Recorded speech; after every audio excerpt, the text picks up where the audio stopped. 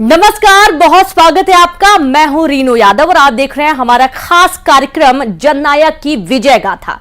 नरेंद्र मोदी तीसरी बार भारत के प्रधानमंत्री पद की शपथ लेने जा रहे हैं और इसी के साथ वो पंडित जवाहरलाल नेहरू के उस रिकॉर्ड की बराबरी कर लेंगे जिसमें दर्ज है लगातार 3 बार प्रधानमंत्री बनने का कीर्तिमान। लेकिन मोदी की कहानी सिर्फ नेहरू तक नहीं है, बल्कि हम पूरी दुनिया के लोकतांत्रिक इतिहास को खंगालेंगे और समझेंगे कि नरेंद्र मोदी के इस रिकॉर्ड के आगे भी कोई है या फिर मोदी से पीछे है दुनिया भर के नेता।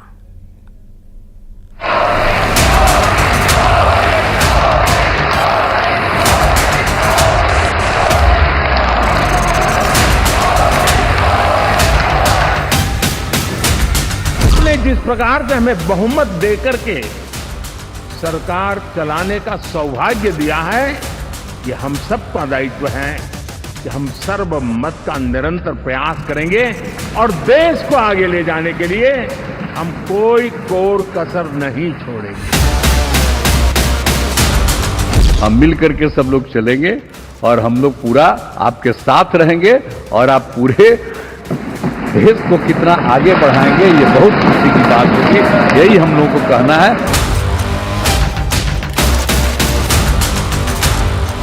ये गठबंधन एक फेविकोल का जोड़ है, ये बिल्कुल टूटेगा नहीं। कि न हम हारे थे न हम हारे हैं। 4 तारीख के बाद हमारा जो व्यवहार रहा, हमारी वो पहचान बताता है कि हम विजय को पचाना जानते हैं।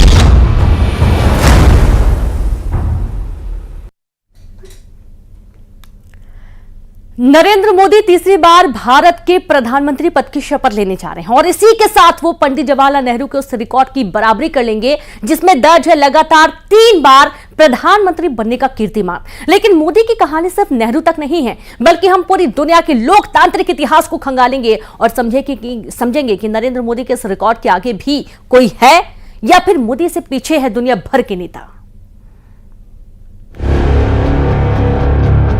सभी कार्यकर्ताओं का प्यार, सभी जनता का प्यार,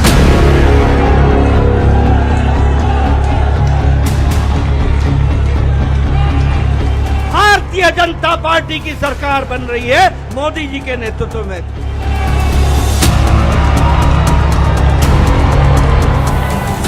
भारत माता की जय जगन्नाथ।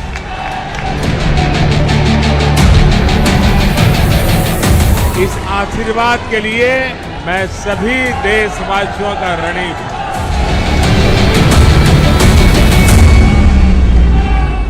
देश का तीसरी बार देश का प्रधानमंत्री प्रभु राम का आशीर्वाद, तीसरी बार देश का प्रधानमंत्री बना नरेंद्र मोदी जी। जवाहरलाल नेहरू बना था स्वाधीन भारत में और नरेंद्र मोदी तीसरी बार नहीं, चौथा बार भी बनने वाला है।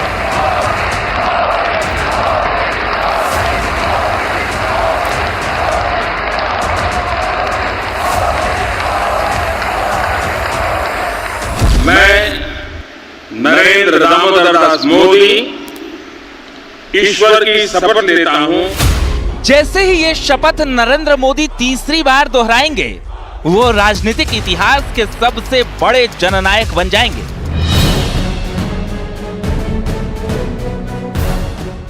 हिंदुस्तान के खूबसूरत लोकतंत्र में ये इतिहास बनाने वाले वो दूसरे जननायक होंगे जिनके बराबर नेहरू के अलावा कोई नहीं।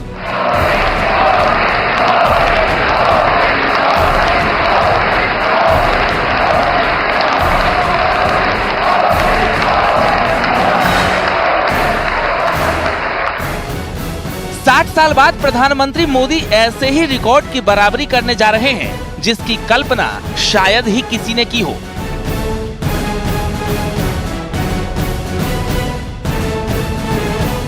देश के पहले प्रधानमंत्री पंडित जवाहरलाल नेहरू लगातार 3 बार पीएम की कुर्सी पर विराजे थे। अब 1964 के बाद 2024 में 60 साल बाद फिर वही इतिहास दोहराने जा रहे हैं मौजूदा प्रधानमंत्री नरेंद्र मोदी। स्वतंत्र भारत के पहले प्रधानमंत्री जवाहरलाल नेहरू जैसी लोकप्रियता इंदिरा गांधी जैसा शक्तिशाली नेतृत्व और अटल बिहारी वाजपेयी जैसी मंत्रमुग्ध कर देने वाली भाषण शैली, ये अद्भुत विशेषताएं अगर किसी व्यक्ति में हैं तो उसका नाम है नरेंद्र दामोदर दास मोदी। प्रधानमंत्री मोदी प्रचंड जीत के साथ अपने तीसरे कार्यकाल में वापसी कर पंडित नेहरू के बाद लगातार 3 चुनाव जीतने वाले मोदी देश के एकमात्र पीएम बनने जा रहे हैं। पीएम मोदी की इस प्रचंड जीत को सियासत के महानायक के शपथनामे से भी समझा जा सकता है। मैं नरेंद्र दामोदर दास मोदी 2002 मुख्यमंत्री, 2007 मुख्यमंत्री, 2012 मुख्यमंत्री, 2014 प्रधानमंत्री, 2019 प्रधानमंत्री और अब 2024 में फिर से प्रधानमंत्री पद की शपथ लेंगे।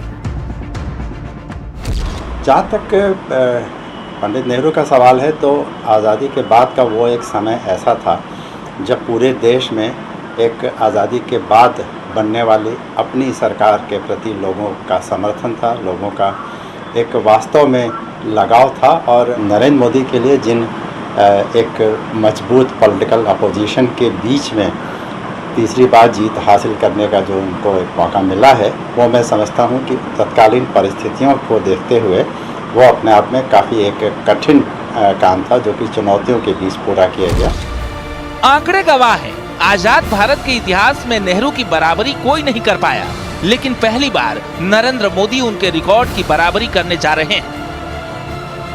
नेहरू लगातार 3 बार 1952 में 364 सीटों के साथ और 1957 में 371 सीटों के साथ, जबकि 1962 में 361 सीटों के साथ सत्ता पर काबिज हुई। नरेंद्र मोदी भी उसी ट्रैक पर आगे बढ़ते हुए 2014 में 282, 2019 में 303 और 2024 में 240 सीटों के साथ जीत की हैट्रिक लगाई है। यानी एनडीए के नेता नरेंद्र मोदी तीसरी बार शपथ लेकर नेहरू के बराबर पहुंच रहे हैं। प्रधानमंत्री का नाम आते ही लोगों की जुबां पर एक ही नाम सामने आता है, वो है नरेंद्र दामोदर दास मोदी, जो अपनी इच्छा से, दृढ़ विश्वास से, अपने जोश से, अपने जुनून से देश को एक धागे में पिरोकर आगे बढ़ाने में विश्वास रखते हैं और इसी के दम पर उन्होंने राजनीति के कई इतिहास बदल दिए।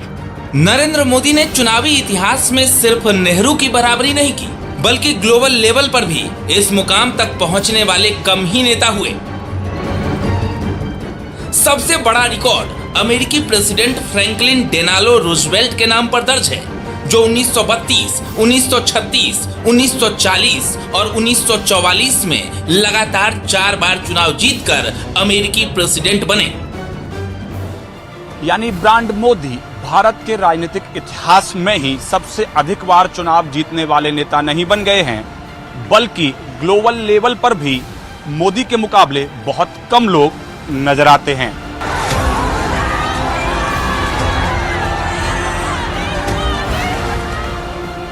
अथक परिश्रम से सियासत के सबसे बड़े कर्मयोगी का सफर जारी है। नरेंद्र मोदी देश के पहले ऐसे प्रधानमंत्री हैं जिनकी लोकप्रियता तीसरे टर्म में भी सबसे आगे है। जिस तरह की लोकप्रियता कभी पंडित नेहरू की हुआ करती थी, ठीक वैसे ही लोकप्रियता और सियासत का स्टारडम नरेंद्र मोदी के सिर चढ़कर बोल रहा है। पंडित नेहरू से आगे की लकीर खींचकर नरेंद्र मोदी सब पर भारी पड़ रहे हैं। Bureau report, news 18। Jawaharlal Nehru के नाम सिर्फ 3 बार ही प्रधानमंत्री बनने का रिकॉर्ड है, जिसके बराबर में खड़े हैं नरेंद्र मोदी। लेकिन नरेंद्र मोदी के नाम लगातार 4 बार मुख्यमंत्री बनने का भी रिकॉर्ड दर्ज है। यानी वो सफर जहां से ब्रांड मोदी बनने की कहानी शुरू होती है, इसी कहानी का एक सिरा आज शाम लिखा जाएगा, जब नरेंद्र मोदी तीसरी बार प्रधानमंत्री पद की शपथ लेंगे।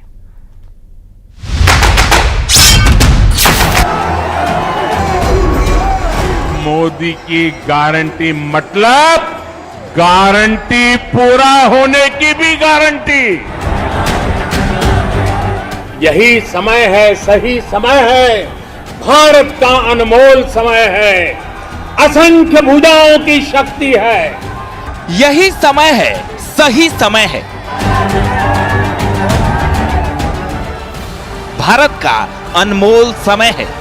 भारत का अनमोल समय है, क्योंकि ये समय नरेंद्र मोदी का समय है। कुछ ऐसा नहीं जो कर न सको, कुछ ऐसा नहीं जो पा न सको, यही समय है, सही समय है।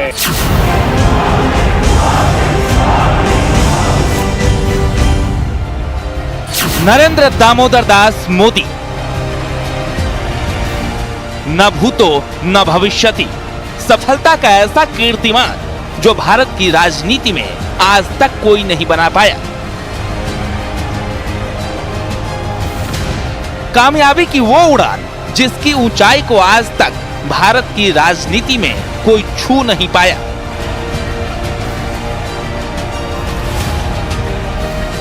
मोदी का किरदार देश की राजनीति के मंच पर उस नायक की तरह उभरा है जो पिछले 22 सालों से अजेय है, अपराजेय है और जिसकी लोकप्रियता के आसपास भी भारत में तो क्या पूरी दुनिया में भी कोई नहीं आ सका है। 2014 से आज तक जिस एक शख्स का नाम सिर्फ देश की राजनीति ही नहीं बल्कि देश की जनता के दिलो दिमाग में छपा है, वो नाम है नरेंद्र मोदी।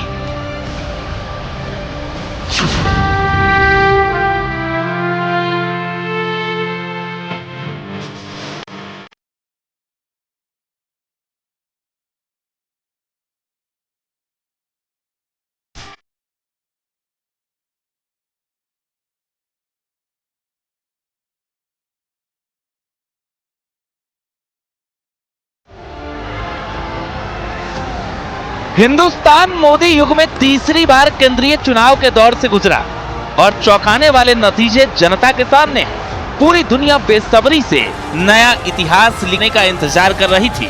4 जून की दोपहर होते होते तस्वीर साफ हो गई कि तीसरी बार भी मोदी सरकार।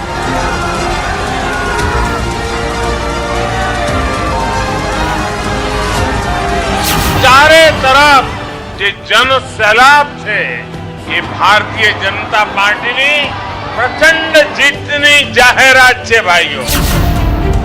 साल 2002 ये भारत की राजनीति के इतिहास का सबसे अहम साल है क्योंकि ये भारत में सत्ता की राजनीति में मोदी के पदार्पण का साल है। साल 2002 से नरेंद्र मोदी का नया गुजरात शुरू होता है जब बीजेपी के अंदर मोदी के नाम पर पहला बहुमत हासिल होता है और यहीं से नए भारत की नींव पड़ जाती है। मोदी के पहले भी साल 1995 में गुजरात के अंदर बीजेपी की सरकार बनी थी, लेकिन तब बीजेपी ने 121 सीटें जीती थी। लेकिन 2002 में मोदी ने 127 सीटें जीतकर उस वक्त अपनी ही पार्टी का रिकॉर्ड तोड़ दिया। ये ब्रांड मोदी का शानदार शुभारंभ था और तब से आज तक यानी 2002 से 2014 तक गुजरात में एक ही नाम, एक ही चेहरा छाया रहा, नरेंद्र दामोदर दास मोदी। प्रधानमंत्री नरेंद्र मोदी इतने बड़े ब्रांड बन चुके हैं कि उनके सामने जातिवाद की पुरानी राजनीति फेल साबित हो रही है। भले ही विपक्ष जाति जनगणना के सहारे राजनीति कर रहा हो, लेकिन ये राजनीति भी मोदी ब्रांड के सामने कहीं नहीं ठहर रही। ये घोर सांप्रदायिक लोग हैं। सेक्युलरिज्म का चोला पहना है उन्होंने, बुर्का पहना है, लेकिन वो कम्युनल ही है। वे उनके लिए हर चीज देखते ही कोई भी आइडिया आता है तो कम्युनल फ्रेम में ही आता है उनको, उसके बारे में उनको कुछ आता ही नहीं। ब्रांड मोदी के वजन को समझना हो तो 2024 का चुनाव सबसे अच्छा एग्जाम्पल है। कभी मोदी को हिटलर बताने की कोशिश हुई, कभी मोदी को पुतिन कहा गया। तानाशाह से तुलना कर नरेंद्र मोदी की छवि को धूमिल करने की साजिशें हुई, लेकिन जनता के दिलो दिमाग में जिस कामदार छवि ने छाप छोड़ी, उसके आगे विपक्ष का कोई भी मुद्दा कहीं नहीं टिकता। अगर हमारी बात नहीं माननी है, हमारी देश की सेना की बात नहीं माननी है, तो वो अपने मित्र पाकिस्तान के लोगों की बात तो सुन ले, उनको तो मान ले। इस चुनाव में लगातार आपको अपशब्द कहे जा रहे हैं। औरंगजेब कहा गया महाराष्ट्र के एक नेता ने, एक और विपक्षी नेता ने आपको तुगलक का, फिर उसके बाद तानाशाह का, क्या आपको बुरा लगता है? आपको गुस्सा आता है इस पे? भाई देखिए, हम तो कामदार हैं जी, बेनामदार है, और हम कामदार लोग जन्म से ही गालियां सुन सुन करके बड़े हुए हैं, लोगों के लाते खाते खाते बड़े हुए हैं, और इसलिए इन चीजों को हम मन पर लेते नहीं है। हम एक प्रकार से गाली प्रूफ बन गए हैं। इतना कीचड़ उछालेंगे जी, कमल उतना ही ज्यादा खिलेगा। और तो और राहुल गांधी को भी लंबे समय के बाद ही सही, लेकिन ब्रांड मोदी की शक्ति समझ में आ चुकी है। इसलिए जब भारत जोड़ो यात्रा की एंट्री राजस्थान में हुई तो राहुल गांधी का स्वागत मोदी मोदी के नारों से हुआ था।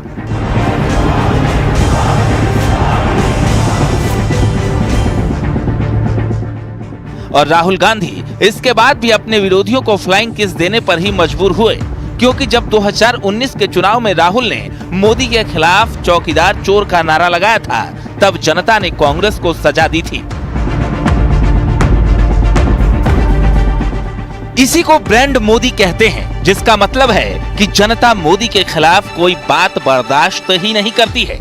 बड़े कैनवास पर एनालिसिस करना चाहिए कि जो अपने आप को न्यूट्रल कहते हैं, जिनका न्यूट्रल होना जरूरी होता है, वो कहां खड़े होते हैं, कब कैसे रंग बदलते हैं और कैसे कैसे खेल खेलते हैं, वो अब देश को जान लेना बहुत जरूरी है। यानी 2024 के चुनावी चक्रव्यूह में विपक्ष का हर दांव ब्रांड मोदी की इमेज के आगे फीका पड़ गया। और सबसे बड़ी बात, इस चुनाव में जितने भी दिग्गज नेताओं ने प्रचार प्रसार किया, सब ने मोदी फॉर्मूला अपनाया। उससे भी बड़ी बात ये कि मुख्यमंत्री योगी आदित्यनाथ ने जब भी जनसभाओं में प्रचार प्रसार किया, जनसभाएं की, तो उन्होंने कहा विपक्ष के इंडिया गठबंधन के आरक्षण वाली बात पर कि ओबीसी के जितने भी हक है उसे इंडिया गठबंधन डकार जाएगी। हिंदुस्तान की सियासत में ब्रांड मोदी के इम्पैक्ट को आंकड़ों से भी समझा जा सकता है। मोदी के प्रधानमंत्री बनने के बाद बीजेपी कैसे सफलता के शिखर पर पहुंची। साल 2009 के लोकसभा चुनाव में बीजेपी को 19% वोट मिले थे। साल 2014 के लोकसभा चुनाव में बीजेपी को 31% वोट मिले थे। साल 2019 के लोकसभा चुनाव में बीजेपी को 37% वोट मिले थे। यानी मोदी के नेतृत्व में बीजेपी 2009 के मुकाबले अपना वोट प्रतिशत दोगुना कर चुकी है। यही ब्रांड मोदी की ताकत है जो जमीन पर दिखती है और आंकड़ों में भी नजर आती है। ने जिस प्रकार से हमें बहुमत देकर के सरकार चलाने का सौभाग्य दिया है, ये हम सबका दायित्व है कि हम सर्वमत का निरंतर प्रयास करेंगे और देश को आगे ले जाने के लिए हम कोई कोर कसर नहीं छोड़ेंगे। रणनीति कितनी भी जानदार क्यों न हो, लेकिन उसमें जान तब आती है जब मोदी का नाम जुड़ जाता है। रणनीति कितनी ही असरदार क्यों न हो, लेकिन उसमें असर तब आता है जब मोदी खुद कमान संभाल लेते हैं। मोदी कभी अपने विरोधी को हल्के में नहीं लेते हैं। चाहे देश की सबसे नई पार्टी आम आदमी पार्टी हो, चाहे देश की सबसे पुरानी पार्टी कांग्रेस हो, मोदी के पास सबके लिए प्लान है।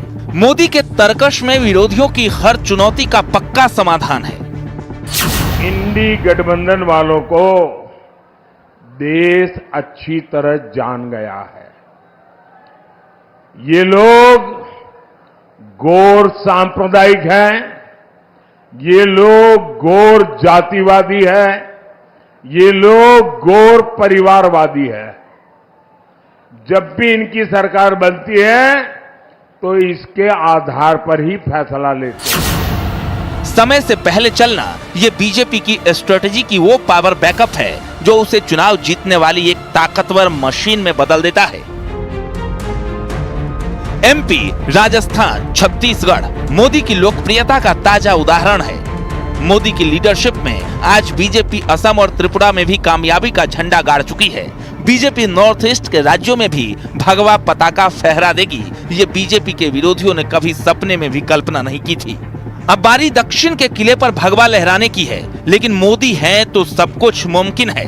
आज मोदी के नेतृत्व में बीजेपी उस स्थिति में पहुंच चुकी है जहां उसके विरोधी ये मान चुके हैं कि मोदी के राजनीति में रहने तक बीजेपी को हरा पाना मुश्किल ही नहीं, नामुमकिन है। Bureau report, news 18।